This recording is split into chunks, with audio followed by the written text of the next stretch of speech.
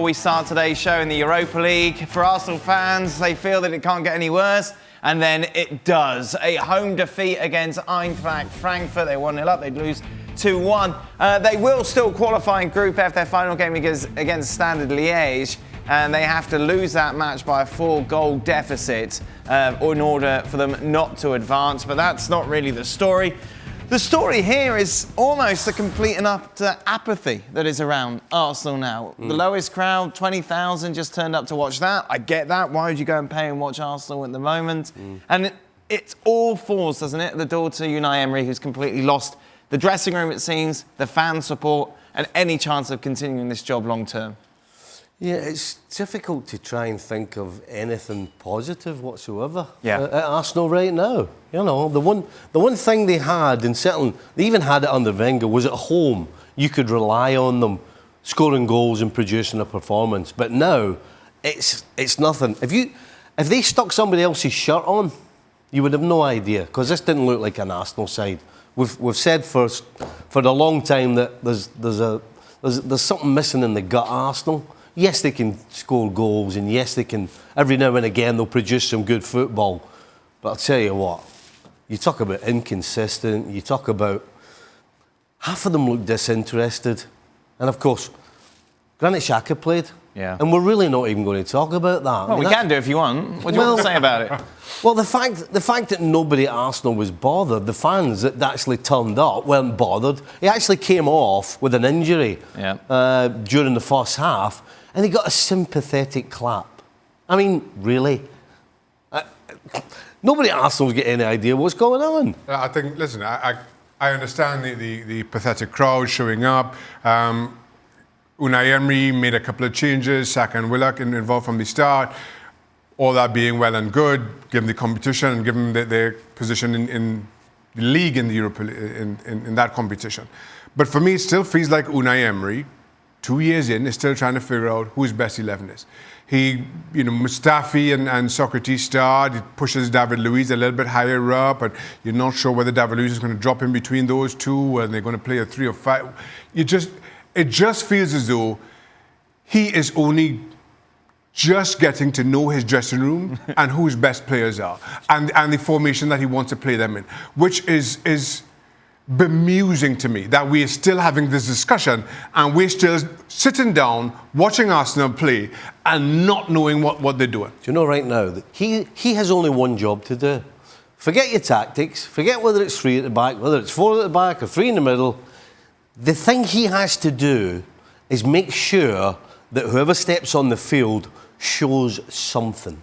That's his job right now. But he doesn't seem to be able to do that even, can he? And that's the reason why this guy is just a dead man walking. You get rid, yeah? You both get rid? Yes. Oh, 100%. That tonight was the worst ever. They've got Norwich away next, Brighton at home, games which are just going to add pressure, you feel? Do you know what I was thinking? It would maybe be easier for Unai Emery if he was playing Liverpool away and City away. Yeah. Because somehow he would get some more time, because they're not expected to do anything against those two sides. The fact that it's Norwich and Brighton, if he loses to Norwich at the weekend, I'll be absolutely shocked if he's still in a job by Monday. Who would you ideally replace him with? I would replace him with Allegri. You know, you talk about a guy who's got experience of... Is this not a bit of a step down for Allegri, given the success that he achieved at Juventus? Surely you want to come in... Well, it depends how he looks at it. It depends how they sell it to him. Do they sell it to him and say, right, you know what, this is a great club. Arsenal's a great club. It's one of the biggest clubs in the world. And the problem is they've signed poor players and haven't spent enough money when they should have done. He's got all the experience in the world. He's got experience of taking over Milan when they weren't quite at their best. And he somehow got all the players they had back then, he got the best out of them. And that's exactly what needs to happen. Arsenal's playing staff there's not going to be a huge change over the next... It's going to take, a couple of seasons with the transfer windows before there's a kind of an overhaul. But the fact that he could go into Milan when he did and get the best out of the players that were there, surely he can do the same going to Arsenal. I agree. And listen, I was saying some time ago that I thought they should have gotten rid of and get Allegri on board as quickly as they can. I wouldn't take it. If I'm Allegri, I wouldn't take it. To answer your question, Dan, yes, from Allegri's point of view, it's a step down from where he just was and what he did with Juventus. I think the question that Allegri has to, and he's the only one can answer this, is I thought somebody would have picked him up by now, in all honesty, and especially given some of these struggles and some of the speculation that we've had around big clubs in the opening 4 months of the season. And it includes speculation because at one point Zidane was a dead man walking. Now that's changed. We're still not sure what we do with Tuchel, and we see how PSG goes. Somehow Ole Gunnar Solskjaer continues to hang on. There are a number of options that you feel Allegri would also fit. But those clubs haven't shown any real interest in partnering with their managers. And therefore, if you're Allegri, the question then becomes, how long can I stay on the sidelines and my reputation remain intact? I still remain top of the pecking order in terms of managers to come in. Again, that's one for him to answer, and only he can answer. But if Arsenal, Steve's right, Arsenal is still a big club and can offer a lot. But as I said to start with, it is a decision for him to make because it may be a step down. The bookies have Nuno as favourite, the Wolves manager. Does that work for you?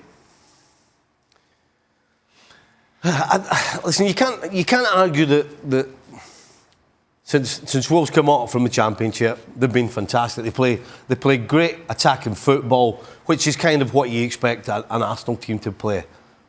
But as far as experience with a big club, it's one thing to be at a Wolves and not be under the pressure of having to, at the very least, be in the top four. That's kind of where Arsenal have to be, at least.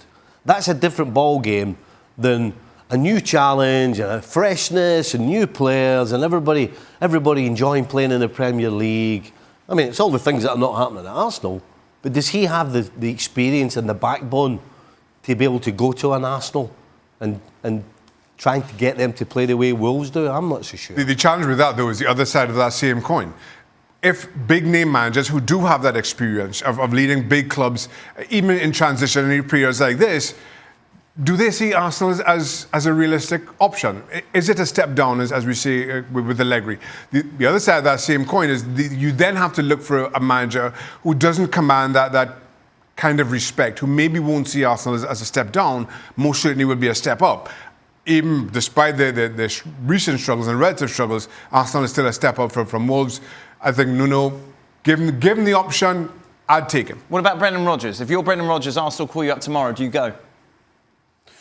Ooh. I wouldn't. No, I wouldn't.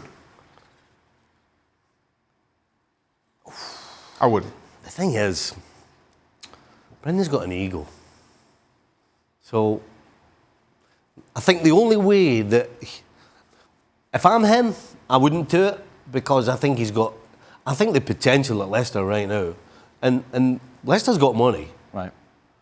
At Arsenal, this is a big job. I think the only way he would take that if offered would be because of his ego, because I think he should stay at Leicester. I think the only way he takes that is if he's 2 or 3 years into that Leicester job and he lifts silverware with Leicester.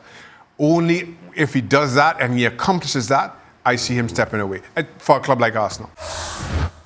Well, thank you very much for watching ESPN on YouTube. For more sports highlights and analysis, be sure to download the ESPN app. And for live streaming, premium content, and let's not forget as well, ESPNFC 7 days a week. Subscribe to ESPN+.